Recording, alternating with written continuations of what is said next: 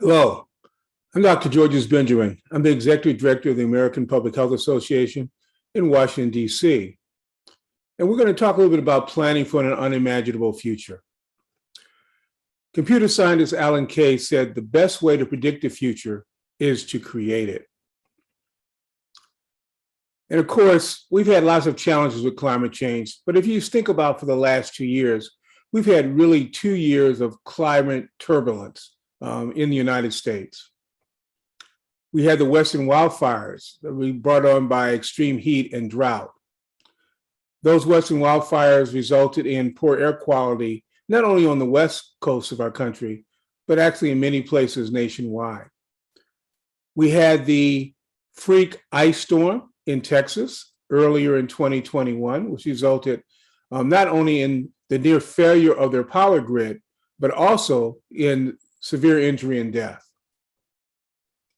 And of course, we had lots of severe storms. The most recent one was Hurricane Ida in August of this year, which really was devastating to the northeast part of our country.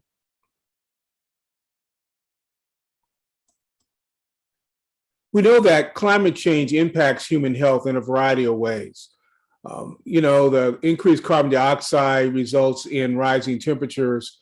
And from a health perspective, the full spectrum of health and disease, from respiratory disease to heart disease to infectious disease to water quality problems and even injury, are a major problem in our planet because of climate change. And the cost is tremendous. Just looking at the cost, just from 2012 numbers, totaled nearly $10 billion in health-related costs alone. We know that where you live matters, and that your zip code determines access to a whole range of societal attributes that either help you get more healthy or impede your ability to be healthy. And of course, environmental exposures, including climate change, are among those social determinants of health. We also know that climate burden is not shared equally, that there are climate-sensitive populations that have limited resources in order to be able to adapt to climate change.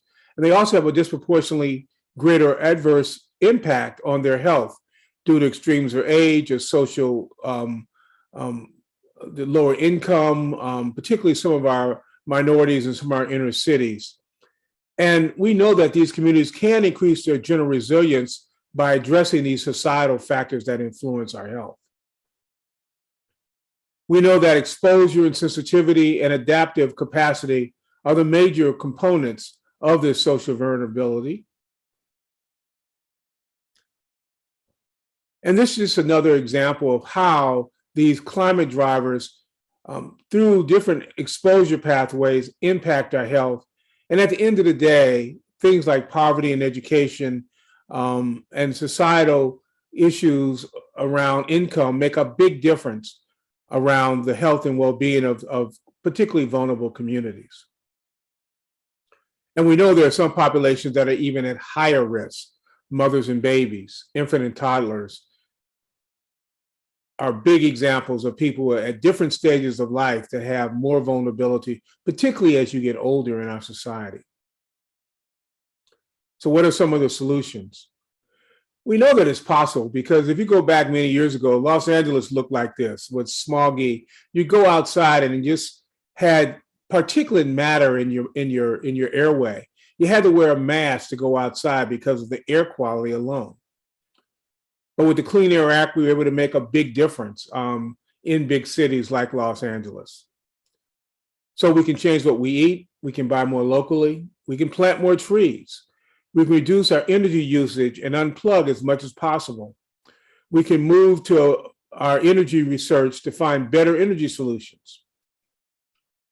We can certainly get off of fossil fuels and build and upgrade to a cooler infrastructure, moving closer to work and using mass transit, recycling and consuming less, looking for ways to be more efficient with their energy usage, and build equity and justice to everything that we do.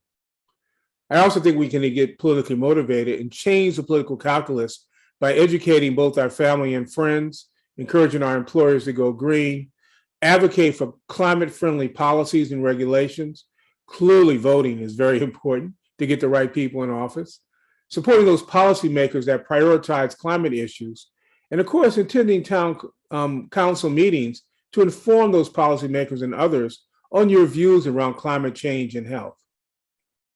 And of course, finally, inventing the future includes everyone. Without climate justice, we can have no equity. Without climate justice, we can't really invent the future. So with that, I want to thank you.